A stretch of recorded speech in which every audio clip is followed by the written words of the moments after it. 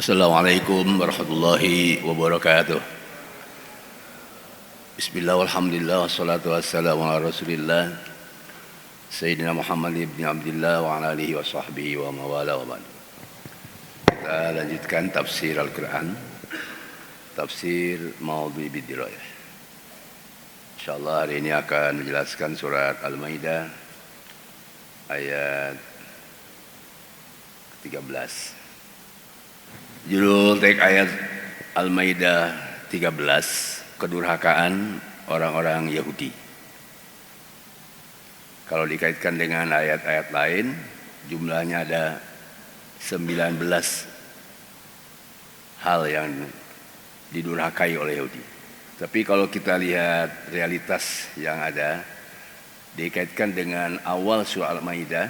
Di awal surah Al-Maidah itu ada janji setia bagi muslim religius. Mereka menegakkan keadilan, berzikir kepada Allah, dan juga hidup di bawah syariat. Dikaitkan dengan ayat ini, maka judul konteksnya janji palsu Zionis. Kenapa kita harus membahas janji palsu Zionis? Karena di balik manisnya janji mereka, ternyata genosida yang terjadi. Ini realitas yang kita lihat. Sehingga surat Al-Maidah ayat 13 ini menjelaskan kenapa mereka berjanji manis, tetapi realitasnya genosida. Karena melanggar perjanjian. Di ayat ini ada dua akibatnya. Pertama, mereka dikutuk, artinya dijauhkan dari rahmat Allah. Dan kedua, hati mereka dijadikan qasiyah, keras membatu. Jadi akibat melanggar janji, dua akibatnya. Satu, dalam ini jelaskan, la'annahum, Allah mengutuk mereka, dijauhkan dari rahmat Allah. Kalau orang yang mendapat rahmat seperti kaum muslimin religius, itu ada riqatun fil qalbi taqtadi tafadul ihsan. Ada rasa kasih sayang dengan sesama sehingga membuktikan adanya memberi. Sedangkan kalau qaswatul qulub itu taqtadi jababirah wal inadiyah. Kalau memang hatinya sudah keras membatu, keras kepala, maka muncul sifat jababirah. Jababirah itu durjana, penentang kebenaran. Inilah yang terjadi, yang kita lihat suka bertanya-tanya, kenapa sejahat itu Zionis? Memang di ayat ini jelaskan dikutuk mereka jauh dari rahmat Allah. Karena jauh dari rahmat Allah, maka muncul sifat jababirah, sifat angkara murka, membabi buta. Berbeda dengan tadi muslim religius di ayat sebelumnya. Muslim religius adalah punya rasa kasih sayang, punya pri kemanusiaan, sehingga taqtadi tafadul wal ihsan. Mereka selalu memberikan nilai-nilai positif dan nilai-nilai kebaikan bagi seluruh bangsa di dunia, termasuk non-muslim. Sedangkan mereka bukan hanya muslim yang dibantai, non-muslim dibantai juga. Kalau genosida menghancur leburkan orang-orang muslim di Palestina, di Gaza, ya kena berbeda agama dan ideologi. Tetapi ketika gereja Katolik dirudal oleh Zionis, itu membuktikan mereka al-baghdha wal adawat. Memang kepada siapapun Zionis itu bermusuhan dan menimbulkan kebencian. Tidakkah hanya kepada muslim, kepada temannya sendiri, kepada yang beda agama dengan kita juga dilakukan tindakan yang sama. Saya kira ini teks yang ada di ayat 13 surat Al-Maidah ini. Oleh karena itu kita tentu harus mengaitkan dengan ayat-ayat yang lain. Misalnya di ayat 12 dan 14. Ini di ayat 12 menjelaskan karakter orang-orang Yahudi yang dulu sudah dipilih oleh Nabi Musa dari orang-orang yang arif bijaksana. Ada 12 kelompok. Mereka disumpah, diminta perjanjian setia. Tetapi mereka ini justru tidak setia kepada Nabi Musa. Berbeda dengan janji setia yang disampaikan Rasulullah kepada orang-orang Quraisy Meskipun tadi ada 12 suku juga yang diambil sumpah setia oleh Rasulullah SAW. Di ayat 13 ini sebetulnya setelah dijelaskannya orang-orang religius al-wafa bi'adillah, mereka sudah memenuhi janji-janji Allah, yang dimana janji itu disampaikan oleh Rasulullah kepada mereka, dan mereka telah melaksanakan al-qiyam bil haq, telah menegakkan kebenaran dan juga bersumpah benar, mampu beribadah kepada Allah dengan benar. Nah, setelah ayat-ayat yang menjelaskan kaum muslim dan religius tadi yang punya janji setia, atau dalam bahasa kita janji asli dari kaum muslimin, sebab nanti ada janji palsu. Jadi yang palsu bukan hanya ijazah palsu, janji juga yang palsu. Disebut yamilul gomus. Yamilul gomus itu sumpah palsu, di mana sumpah atau saksi palsu memberikan data tidak sesuai dengan realita, dan ini yang terjadi sampai sekarang.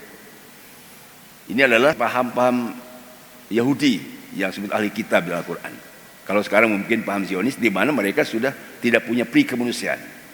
Kalau kita melihat yang salah jadi benar, yang benar jadi salah, itu hal yang biasa. Tetapi kalau yang benar ditindas, kemudian yang salah diangkat, ini sudah luar biasa. Yang salah dibiarkan, yang benar disingkirkan. Itu hal yang tidak terlalu biadab lah gitu. Tetapi kalau yang salah dibiarkan, tadi artinya diberikan jabatan, diangkat, kemudian yang benar ditindas, ini sudah biadab. Misalnya di dalam tasni hukum, ketika orang yang salah itu harus diadili. Diadili artinya diberi tindakan hukum tegas. Kalau yang benar tidak harus kasih reward, tidak harus kasih hadiah, biar saja mereka kena benar. Tapi pengadilan itu aja untuk memberikan sanksi hukum kepada yang salah. Tetapi yang terjadi sekarang justru yang tidak ada bukti justru dihukum. Temrembong misalnya, tidak ada bukti tapi dihukum. Sementara yang sudah jelas-jelas berkorupsi, yang sudah jelas mengambil uang rakyat, dibiarkan. Ini saya kira sistem dan teori Zionis tidak hanya di negara Israel. Di negara kita kalau qasiyati qulubuhum, hatinya sudah keras membantu, dan kepalanya sudah penuh dengan keangmurkaan jababiro, nah ini berlaku seperti orang-orang Zionis.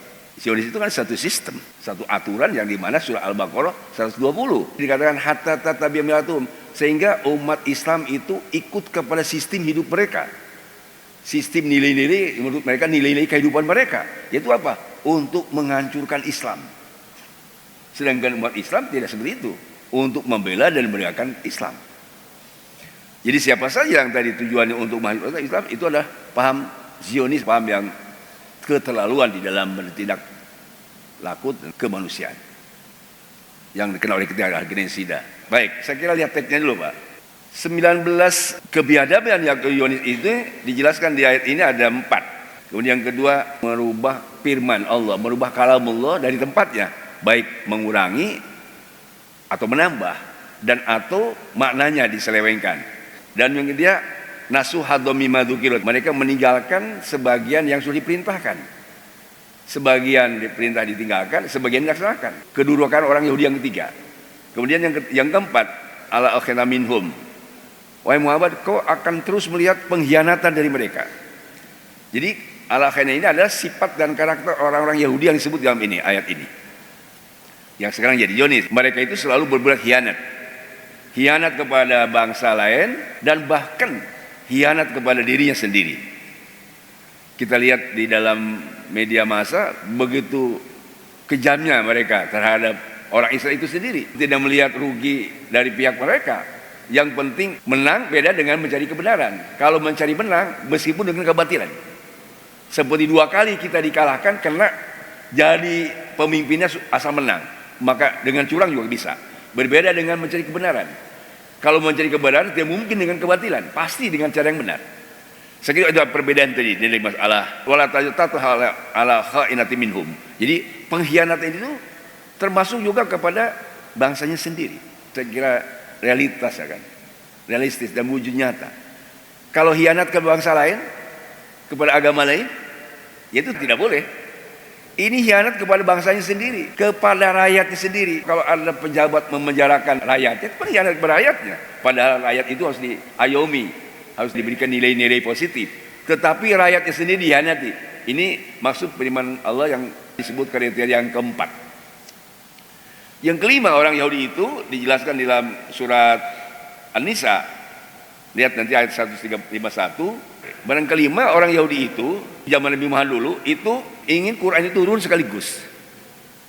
Padahal bahwa hikmah Quran tidak turun sekaligus untuk mengantisipasi setiap kejadian, sebab turunnya berangsur sesuai dengan peristiwa yang terjadi. Tetapi orang Yahudi ingin Quran itu sekaligus, jumlatan wahidatan. Ini artinya satu penyelewengan. Yang keenam, orang-orang Yahudi itu ingin melihat Allah secara kasat mata, tidak mau gaib. Kami mau iman kalau secara kelihatan. Sulit dikatakan definisi iman itu kan pada gaib. Percaya kepada yang gaib. Kalau yang sudah realistis, ya apa artinya percaya? Berbeda dengan kasus misalnya kita dipaksa harus percaya bahwa ijazah itu asli, padahal tidak diwujudkan. Beda lagi itu kasusnya.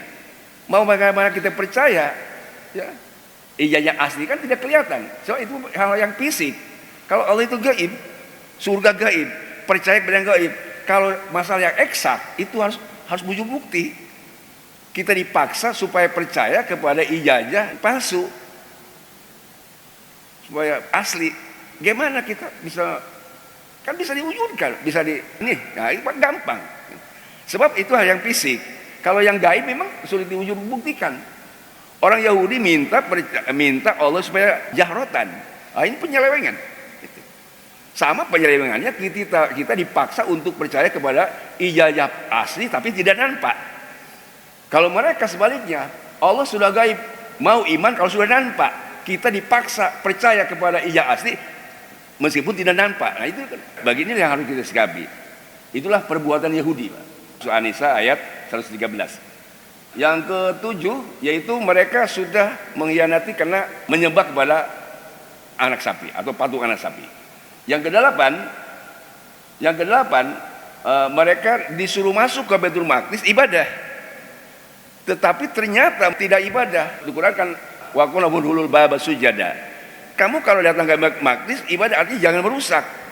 Tapi dari dulu memang mereka begitu sampai sekarang. Datang ke Baitul Maqdis itu merusak. Orangnya ibadah dihalang-halangi. Nah, yang kesembilan, mereka melanggar peraturan ibadah hari Sabtu. Harusnya mereka ibadah malah pancing, ngambil ikan. Itu kesembilan pelanggaran mereka. Yang ke-11, mereka berbuat kufur kepada ayat-ayat Allah. Yang ke-12, mereka qatimul anbiya bihaq, membunuh nabi tanpa alasan. Yang ke-13 menyatakan bahwa kami tidak bisa iman karena hati kami tertutup. Padahal itu bukan hati tertutup. Kata Allah alaiha bi kufrihim, sebab kufur jadi tertutup. Padahal kalau iman tidak tertutup. Keangkuhannya bahwa kami sudah tidak bisa diterima lagi, hati kami sudah tertutup. Bahasa Sundanya nyapa diri atau mengklaim dirinya benar. Tertutup itu karena mereka sendiri, padahal oleh Allah ditutupnya. Kalau mereka beriman terbuka. Mereka memitnah Siti Maryam. Siti Maryam dianggap zina. Padahal Siti Maryam itu ditiup ruh lalu punya anak Nabi Isa. Sehingga sampai sekarang kontra antara Yahudi dan Katolik, sebab dihina-dinakan itu Maryam itu oleh Yahudi. Padahal Maria itu dimuliakan oleh Nasrani. Bahwa Maryam itu tidak berzina, tapi mereka dituduh Maryam itu zina. Inilah orang Yahudi. Jadi dengan orang Nasrani berbeda paham tentang masalah kesucian Maryam. Padahal Al-Quran itu adalah menyatakan Maryam itu suci. Banyak orang-orang yang Nasrani masuk Islam karena sama memuliakan Maryam antara orang Nasrani dengan Muslim, sehingga banyak masuk Islam. Di antaranya 16, mereka itu membunuh Nabi Isa atau berencana membunuh Nabi Isa dan yakin mereka Nabi Isa terbunuh. Padahal Nabi Isa tidak dibunuh, tidak terbunuh, tidak disalib. Itu karena kejahatan mereka dan bencinya kepada Nabi Isa, sehingga Nabi Isa dibunuh. 16, mereka menghalalkan yang haram, mengharamkan yang halal. Mengharamkan yang halal dan mengharamkan yang halal. Yang ke-17, mereka itu wabisodihim ansabillah. Kalau ada orang berbuat baik selalu dihalang-halangi. Dan kemudian yang ke-18, mereka itu menghalalkan riba. Padahal riba sudah diharamkan. Ini yang terakhir, Syauhi ini. Yang 19, yaitu mereka mengambil hartanya dengan cara batil. Saya sudah sampaikan tadi, dengan cara roswah, menyuap, dengan cara mencuri dan menggasap, semua dihalalkan oleh mereka. Jadi yang namanya mencuri itu kan haram, tapi oleh mereka dihalalkan. Kebatilan. Sampai saat tadi, penting menang mereka. Dapat dia, kalau orang mencuri dapat, menang dia kan. Dapat harta, menang harta. Tapi mencuri, itu memang mereka begitu. Yang penting menang, meskipun mencuri. Ini dijelaskan dalam Quran surat An-Nisa ayat 161. Wa aqlim amrana bil batil. Janji palsu dari Zionis. Sedangkan orang-orang Rosihun, orang-orang yang cerdas, mereka janji setia kepada Rasulullah SAW. Kita lihat ayat sebelumnya, Pak. Di ayat 13 tadi menjelaskan tentang mereka merubah janji. Ini sifat merubah janji, Pak. Lihat 12. Ini dulu, Pak, kaum Bani Israel itu kan ada 12 suku. Itu diambil janjinya sama Allah melalui Nabi Musa. Wa laqad akhadallahu mitsaqa Bani Israil wa ba'atna minhum isnain asrona naqiba. Allah telah mengambil janji dari Bani Israel melalui Nabi Musa, dan Nabi Musa mengambil ketika Nabi Musa berhadapan dengan mereka menghadapi para pemimpin-pemimpin dari durjana. Kemudian Nabi Musa memerintahkan mereka untuk ngambil satu pemimpin dari setiap suku. Ada 12 semuanya. Dari suku Ruwaibil namanya pemimpinnya Samun bin Rakun. Samun, bukan Samun. Dari suku Samun itu diambil namanya Sapit bin Hurai. Kemudian yang ketiga dari suku Yahuda, yang sekarang Yahudi, itu namanya Kalib bin Yukina. Dari yang keempat suku Atin itu namanya Maykhail bin Yusuf. Dari suku Ifraim itu namanya Yusa bin Nun. Kemudian yang ke-8 dari suku Bunyamin, yang sekarang ada Bunyamin Netanyahu, itu diambil namanya Boltan bin Dafun namanya. Kemudian dari suku Jabalun itu diambil Judah bin Surai. Kemudian 8 dari suku Mansa bin Yusuf, Judai bin Musa. Dan dari suku yang ke-9 dari suku Dan, pemimpinnya Hamail bin Hamal. Kemudian yang 10 dari suku Asyar itu diambil Satun bin Malakil. Kemudian dari suku Napsali itu disebut pemimpinnya adalah Bahar bin Waksi. Kemudian yang ke-12 dari suku Yasahir, pemimpinnya adalah Layal bin Makin. Ini ada 12 pemimpin. Dia ambil sumpahnya dari yang 12 ini, menyai janji kepada kami Musa. Nah kemudian di dalam hadis lain, Nabi juga mengambil dari 12 suku, diambil satu suku satu pemimpin. Dulu kan ada golongan Aus, ada Khazraj, Pak, di Madinah itu. Dari Aus itu diambil 3. Tapi Aus Khazraj itu, Pak, menurut sejarah itu Bani Quraisy semuanya.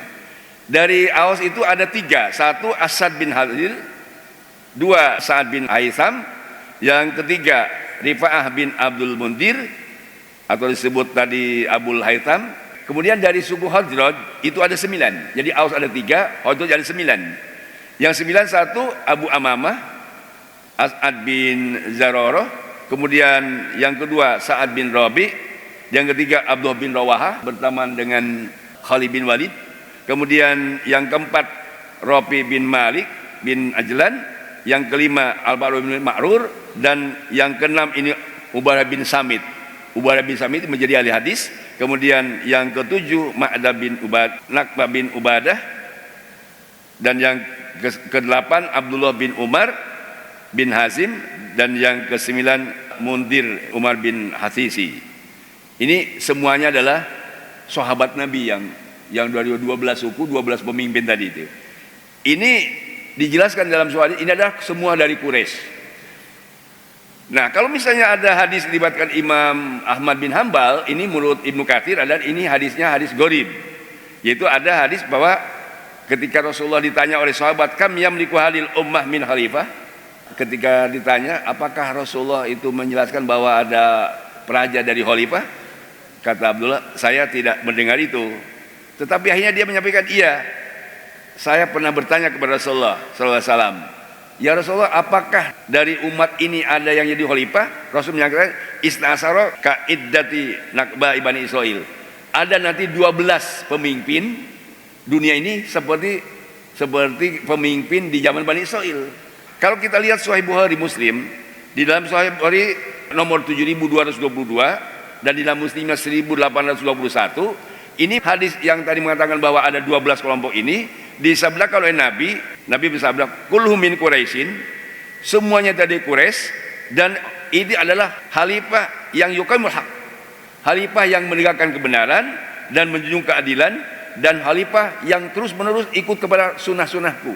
Berdasarkan hadis ini, maka yang 12 itu sepakat ahli sunnah wal jamaah adalah dari Bani Quraisy yang tadi disebut oleh Nabi, yang 12 nama itu dari 12 suku.